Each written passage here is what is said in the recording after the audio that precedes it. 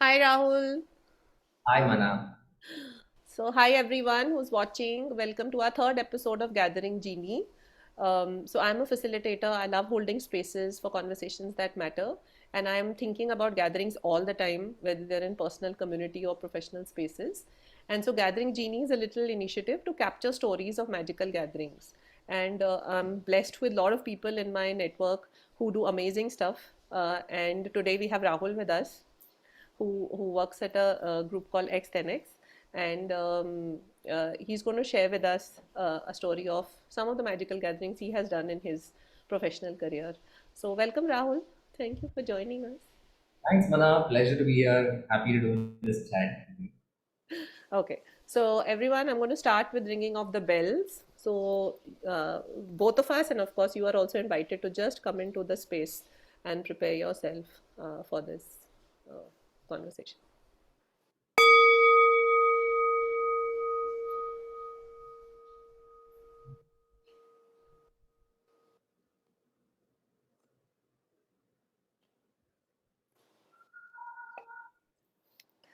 Okay, So, so Rahul, our first question to begin with is what do you think about the way gatherings happen or have been happening?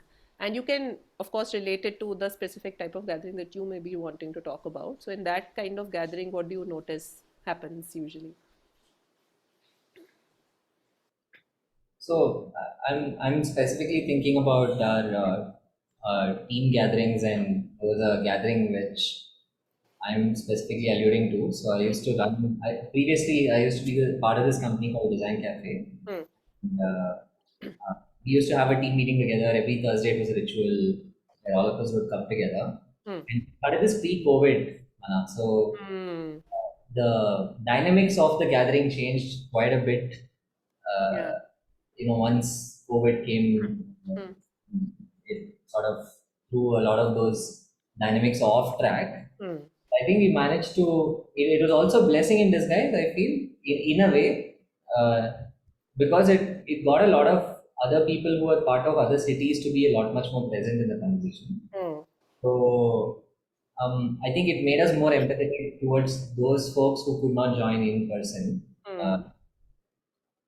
so for me, to answer your question, hence I feel like specific to this gathering, what I used to like about it before was that it was in person and there was a bit of a fun element getting everyone together, have some banter, very random conversations Hmm. on how was the day like, what did you have for coffee and what did you have for breakfast, and Hmm. are completely serendipitous and unplanned things shifted to online where it became. I feel those elements were missing, but in balance it felt like the others had an equal voice in the conversation. And I think there was a lot much more awareness of how do we bring everyone in on Hmm. the same platform, and it felt like suddenly those folks had a voice which they didn't have before, when hybrid in the sense that some people joined over Zoom and the rest of us were in office. So that's how I feel things have changed. Now I feel like transitions have happened the other way around. Now it seems like it's not again the same. I'm not at Design Cafe now, like you said, I'm at Extra 10X. But even now, we still have gatherings where consciously people are part offline and part online. But there is a higher degree of awareness of trying to get the others also in the conversation. Feels like, hey, what do the others think? The folks in the bar in Zoom, what do you guys think about what we are speaking about? There's a little bit of an active, empathetic, almost involvement to get those folks participating in those conversations. I feel. Hmm. Those are my broad reflections, but I still do think in a gathering, it's more helpful or more impactful to stick to one medium, uh, Hmm. Hmm. either completely offline or completely online. Hmm. Mishmash, I'm not too sure if it'll bring the magic that we wish to bring in, because the both of them have very different dynamics. Hmm. Hmm. Hmm. Does that Okay. make sense? Yeah. Yeah, hybrid meetings. When somebody asks me to do it and I have to deal with these two sets of audiences, it's Yeah. yeah. Okay. So our next question is, I mean, you told us about this already a bit, but maybe now you can tell us a bit more about the gatherings that you really felt consciously you wanted to do differently than the way they were done before. Uh, Yeah, and then, of course, tell us a bit about how did you design and host those gatherings. yeah.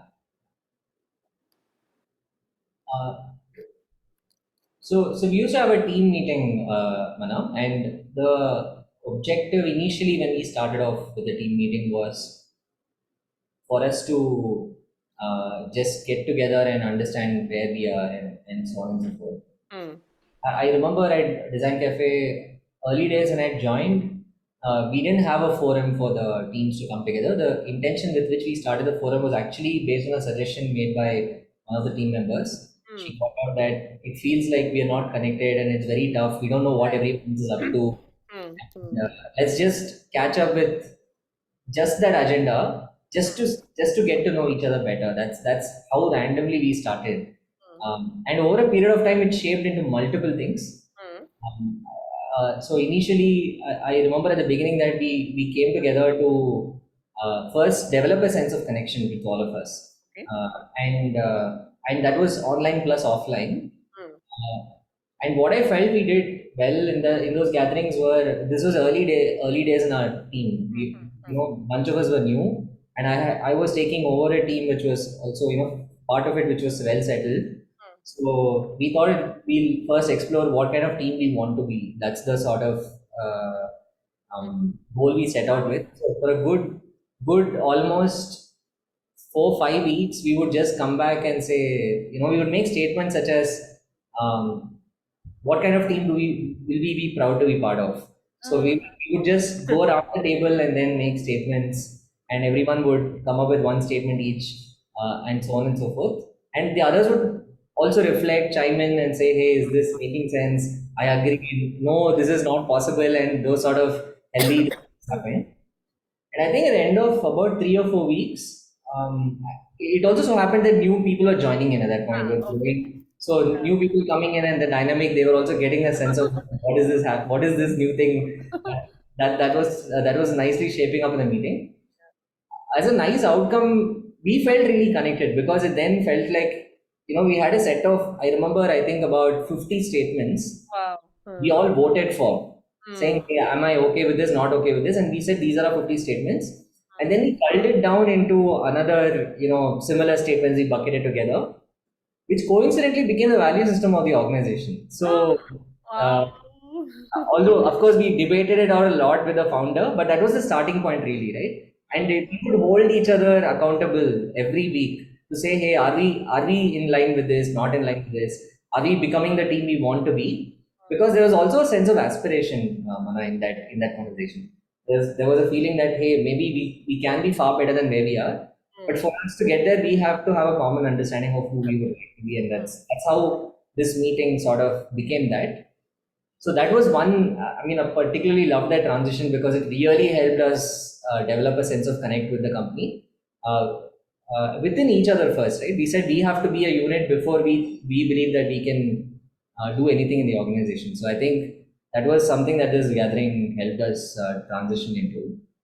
Um, Eventually, the gathering became something else altogether, where uh, I think the core essence of it was for us to never discuss anything about work. Right? We said, it has to be about values. It's about who we are. How do we bring our own version of ourselves, or the best version of ourselves to work, and in every context. Right? So we used to do a mix of things. And the mix used to be, one is what does everyone feel important. So at one point people felt that the work life balance in the within the team was not great, so we put up a dashboard where everyone would answer how was their work life balance the last week, right? And then we would show that by manager, and then every manager would then say, it would be a little bit of a nice contest. So if I were a reporter and I voted my work life balance was not great, my manager's score would go down. So it was a nice, not hyper competitive in the competitive sense, but it was a healthy, nice sort of comparison every week, and we would say this month the best work life balance manager was ABC, this person, and so on and so forth.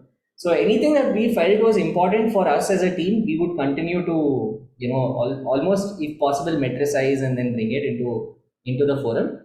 And more importantly, always have something like a TED talk or very deep sharing, which such as an appreciation circle and things like that. Every time it was something like this which was different, which always developed a stronger sense of connection within all of us. In fact, I remember all our team members saying this is the best meeting of the week and so on and so forth, right? So that's how the meetings eventually changed. But I think the core essence of it was that how do we stay connected to each other? That essence remained all through. Okay. And so how long were these meetings, the duration? These were 1 hour meetings. You do it Nice. Nice. religiously every Thursday. It started off every Friday, then we did every Thursday because Friday some people are off and so on. And then those people complain it has to move to Thursday so that we also can attend. Oh, okay. Okay. And the number of people that used to attend? When we started, it was about 7, 8 people. Eventually, it was 40 plus. Oh, wow. Yeah, So we were 40 plus in this. nice. And this was happening, as you said, was it all online or in person? Like, what is the form When in which? we started, it was most of us were offline. There were a couple of people who would join from Mumbai. So we were Bangalore based. So Hmm. some people from Mumbai, some people from Hyderabad, one or two from Chennai eventually would join. So at that point, most in Bangalore and that the rest was spread out. Eventually, everything moved online because of COVID. Right, And then right, we right. stuck to doing it online because we felt that it's important for all of us to have a voice in the. Yeah. Yeah. So tell us in terms of design, like even online, keeping 40 people interested and engaged in the middle of the week where so much work is happening and there's so much temptation to talk about work. So how did you manage that? Uh, so you played different kinds of games, Mana. Let me talk about two things. If there was a TED talk, for example, you would do reflections of the TED talk. You would just not listen into the TED talk. Hmm. So you would ask for people's perspectives, opinions, and usually, quite a few voices would come out and they'll speak. Hmm. Of course, getting all 40 to speak was not tenable, and hence that would not happen. But oftentimes, our only agenda item would be doing, let's say, an appreciation circle, right? So we would choose one person to appreciate something about somebody, Hmm. and then it forms a chain. So the next Right. moment, it's the next person, and so on and so forth. So that way, everyone would get involved. There was once I remember where we said we'll just do something completely different. We got everyone to bring in their childhood photos, right? Oh. And we put that up in the Hmm. meeting, and we asked the person to share the story of the photo.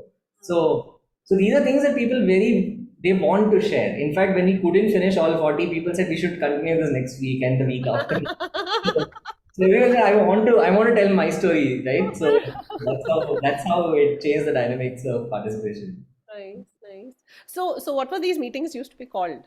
What was the official name? We used to call them culture meetings, Ah, okay. and I think it just remained that. Oh, I nice. think it started because we started writing what kind of team we want to Ah, be. It ah. started with being called the culture meeting. I think to this day it is called that. Oh, really? Okay, nice. So these are still continuing now that you.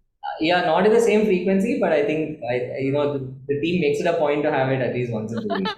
Yeah. Yeah, and that the frequency is very interesting, right? Because that's another thing people juggle with, right? Especially leaders to and team heads, right? They really have to figure out how they want to do this kind of stuff, but they don't know what's the right.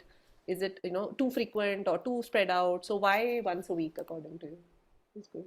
Um, I think it started off with us wanting to meet frequently enough to develop that sense of connection. Hmm. I think accidentally we got into that. I mean, usually any meeting you do with a rhythm, you want to do once a week at least. So that's how it started, honestly. Okay. But we felt the magic of it was that it always continued, right? It seemed like there was always something to do, Hmm. and hence once a week made a lot of sense. So I would say it was almost fortuitous that we found that frequency. I think if you had asked me how often should you do a culture meeting, I would not have intuitively said Right. once. But just the fact that we ended up doing it that way and we saw the value of doing it, we continued to stick to that frequency. Okay. Incidentally, at X to 10X, Mana, you should know that we entire company meets once a week, and I realized that maybe we were onto something. A company here meets once a week. Oh, We have see? 100 people. 100 people meet once a week. Oh, It's amazing. crazy. But I see the value of doing it. It's nice when the agenda is not just about, hey, what is the work you did, what is the metric you moved, and so on and so forth. It's really Correct. about connection, and it's nice. Yeah. Yeah. Nice, nice. Okay. So my next question, of course, is one moment. So, so how was the experience? So you've talked about, how you designed it and what you did. So what are Mhm. the kind of things you used to hear from the participants? And some of which you already said, right? That people wanted more of it, they wanted to continue. But what are the kind of things, people said about the experience? Was there a way you took like feedback, for example, of those meetings? Yeah. Yeah. So there was a point where we felt that the format was getting a little repetitive. So we asked people, what would you like from these Okay. meetings? Hmm. Uh, Hmm. and what would you like to continue? Hmm. What would you like to stop? Hmm. And surprisingly, so there was one part of the feedback was, hey, maybe we are doing too many videos, so we stopped the videos for a Acha, bit. okay, nice. Right? Hmm. And then people came back and said, missed this, please start. So I think the absence of Something is. something made the presence felt. So I think those sort of transitions happened very organically. Uh, I think everyone felt that it was their meeting. I think there was almost a sense of contribution from everyone at most points of time. I do think that there was a point where, so I used to facilitate the meeting at all points of time, and I had this notion that, hey, am I being in charge, and doesn't feel right sometimes that I'm facilitating all the time. So Mm, we experimented with others picking up the okay. facilitation, Yeah, or giving a part of the agenda to someone and say you do what you feel like doing, that's right. and like, so we experimented doing all of this, and hence I feel that there was a very strong sense of engagement in this meeting now. So, Mm-hmm. it is almost, I think the only constancy was fluidity, right? We were open to ideas Yeah, from everyone, and that helped keeping the meeting engaged. It didn't seem like this was the only thing we were doing. that's right. Yeah, yeah, yeah. Yeah. And how was it for you as a facilitator? Then you talked a bit about your experience now that it felt like, but especially being an internal facilitator can you have its own challenges. And especially, whether it's not something like that's the norm and you want to do it. So yeah, how did you navigate all that? How was it for you to initiate something like this? Did you get the support from your leadership, for example? And Yeah, yeah. So it was my favorite meeting of the week, hands down. More than a leadership meeting, to be honest. So I'm very passionate about the team we ended up building. So it was I would not miss it for the world, right? If there was something clashing, if I would refuse as much as possible, but if something come, we would move the meeting to ensure that the meeting happens. mm, Because for me, it never felt like work. It felt mm, like I was always looking forward to it. mm, There were honestly some times where I would think, oh my God, what do I do next week to keep the team engaged? There were those moments of anxiety that did play out. yeah. So what I would do, Mana, was I started keeping a stock of YouTube videos, which I would put in a playlist of the meetings, and then I would choose in the morning of the meeting on what we should talk about. So there was a point where I had this pressure to prepare and all of that, but then I realized eventually that the fluidity plays out, and once people felt that there was a sense of there was a boundary, but there was no boundary. So when that started playing out, I think that pressure sort of lifted. So there were those moments of anxiety, I would say, but otherwise it was a meeting I absolutely loved. In fact, there was almost. I feel like I'm blowing my own trumpet now, but there was almost like a whisper or whatever in the company that this is a great meeting, people should attend, and all of that. We used to bring these special guests into the used to get these, oftentimes some people say, I want to come, and will come from other meetings, sorry, other teams. Mm, Oftentimes you'll have one or two leaders come and see what we're doing so that they can try and do a version of that in their teams. And Nice. so that happened as well on occasion, not always, but it used to happen as well. But it had its own sort of status in the company. Everyone knew about it, and everyone was like, "Oh, this is nice." So that was the perception about it. So I used to look forward to it because of that. It had attained its own sort of place in the company as something that everyone looks forward to. Yeah. And I think that felt really good, and hence my feeling towards the meeting also was one of Mm-hmm. great joy. So what advice would you give for to someone who wants to initiate something like this, right? And it's not happening right now. There is some sort of a need felt. So what three things would you advise them to do? Um, I feel in hindsight, if if the objective is to develop a sense of connection, Hmm. then um, asking everyone what they would like. Hmm. I feel in hindsight we got that right. I Hmm. don't think we were so methodical in our thinking, just so happened. But if I were to repeat it, I would repeat that all over again. Hmm. Hey, what do you want from this Hmm. meeting? Hmm. And I think also the other important learning from this was uh, the way we started the meetings was for a leader to come in or a new person, new manager to come in and take over a team is the fact that all of us aligned on who we wanted to be as a unit. It was Hmm. almost like we defined the personality of the team, right? Hmm.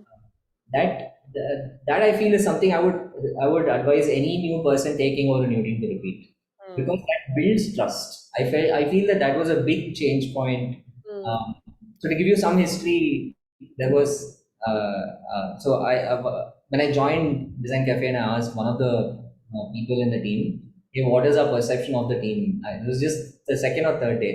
So she said, "Can I be honest with you?" I said, "Please be." And she said, "This is the worst team in the company." And I was like, "Okay, this is not what I want to hear." And she said that people's perception of our team is not great, and that's something I want to change, right? And that's she expressed it in the form of, "Hey, I would like for the team to be in this. This is how I would like for the team to be perceived." So Hmm. that's a trigger as well. So Ah, I feel like when you are in a crunch situation, the notion or the propensity to immediately take charge and do things is very high, right? that's But right. I Yeah, think luckily for us, we came back and said, let's look inward. Let's see who we want to be first and be an example for the rest of the organization. I feel that's right. like that shift was hugely trust building and it changed the perception of the team for the company overall over a period of time. It took a while, but it changed. Hmm. Right. So I feel like it started with this. I feel I credit this meeting with that Manav. So my advice, if at all, is don't jump in and drive change. That might be the agenda of any leader or manager, but I feel it starts inward. You have to build trust with people with the team, and for that, who we are as people, can we align on that and agree to that, and then start being who we want to be, right? And that just creates so much alignment and so much positivity. I feel so And if you were to, reflect and say that what was the impact of this meeting? So when the team would come together this way, how did that impact how they were in other ways when the work was happening or in other work related meetings, for example? So do you notice differences in the way the team interacted because of this connection building meetings? I would like to think so. I wouldn't attribute to only this meeting, but I think the meeting played a big role Mm, because while I said that there was no work agenda, it was still about who you are as a person. Many times, right? mm, Uh, we would play some TED videos and, for example, and reflect back on how do we apply this back in our lives and at work.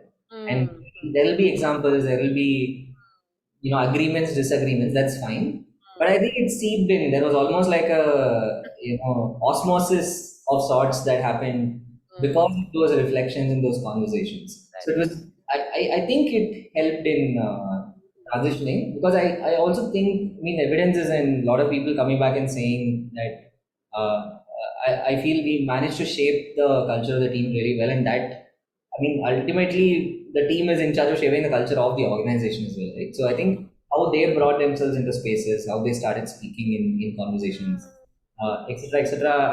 I feel like this meeting would have played a very important role in shaping that.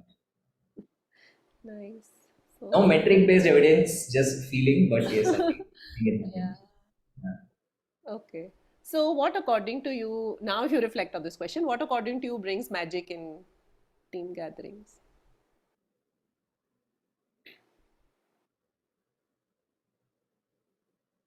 I feel it is about energy from everyone. Hmm. That's what a gathering is really all about. Hmm. Uh, and hence, in a gathering, does everyone has have something contributing to the agenda, Hmm. Hmm. Hmm. even if it is not a defined agenda, right? Hmm. Everyone feels that there is a part of me in this. Hmm. So, Hmm. I, so I feel if that's there, then there is magic. Nice, beautiful. Actually, oh sorry, were you saying something? No, no, I think you froze for a second, but just go ahead, just repeat what you were saying. I was saying that everyone having A some part of the. stake in the agenda or some sense that hey, there is something in it for me. Hmm. Uh, I feel that brings magic. Hmm. And I feel one constant only. I think all of the time the meeting was there was banter, there was fun, there was no seriousness. I wouldn't say there was no seriousness. There were parts of the conversation where we were deeply reflective, but at no point did we forget to be funny. Did we forget to laugh at ourselves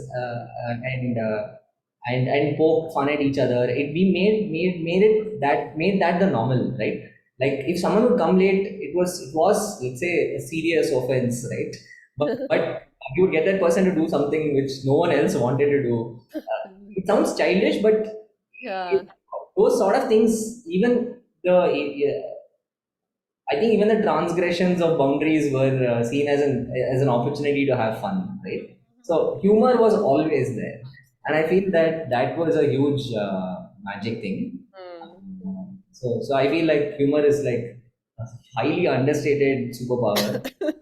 If used really well, can diffuse tensions, can build teams, and I feel it's highly underutilized in today's world. Like people like being serious. I don't know why. What? Why is life so serious? Just have fun while you're at work. Yeah. Suit up and wear your serious face. There are difficulties, but you should know how to sort of bring humor into life. Hmm. I think that added a lot of magic. Nice. Yeah. Oh, lovely. Okay, so is there any other team gathering where you are now that you're eyeing to change or shift? Well, so I think for me, the shift to Extra 10x has been one of where I don't have a team as yet. Hmm. I really grossly miss and if I get a team, the first thing I'll do is to set up a meeting like this. But I've been trying to influence some of it. So what happened coincidentally was so I've been given responsibility of at least putting together the agenda for the town hall, Oh, and lovely. and hence as part of it, every week I'm doing some part of the conversation. Okay, amazing. Will introduce people and so on and so forth. So there is a lot of opportunity for Oh, humor. perfect. So all my PJs have found their time in the sun or whatever you want to call it.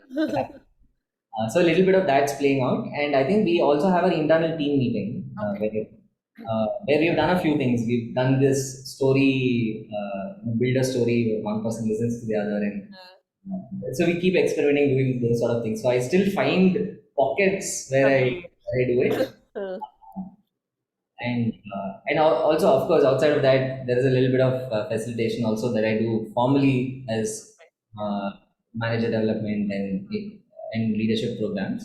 So, so so those gatherings I don't forget to be humorous. So that's something that's just sort of stayed. Nice.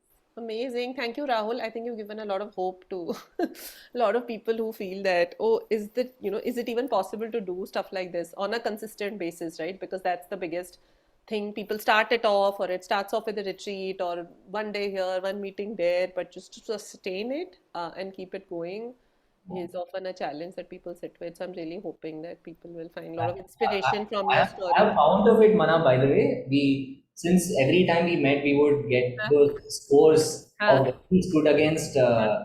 what we will be as a team. We Yeah, measured it every week, yeah. and I remember having, I think 250 data points. Right? That is Wow.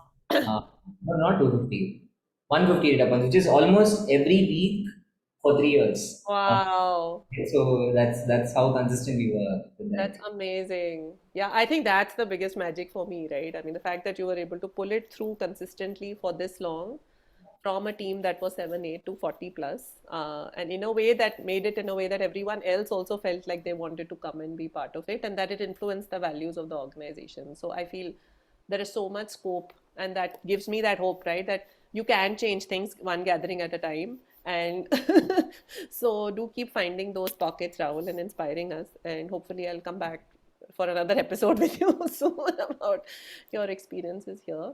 And for those of you who are watching, this was a lovely story Rahul shared. And if you have a story like this about a gathering that you have hosted differently in your personal space, in your community space, or your workspace, please do reach out.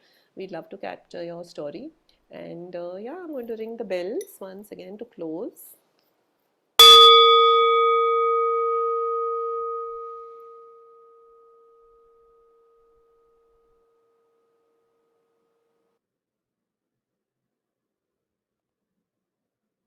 Thank you, Rahul. Have a Well, good evening. you too. Thanks, man.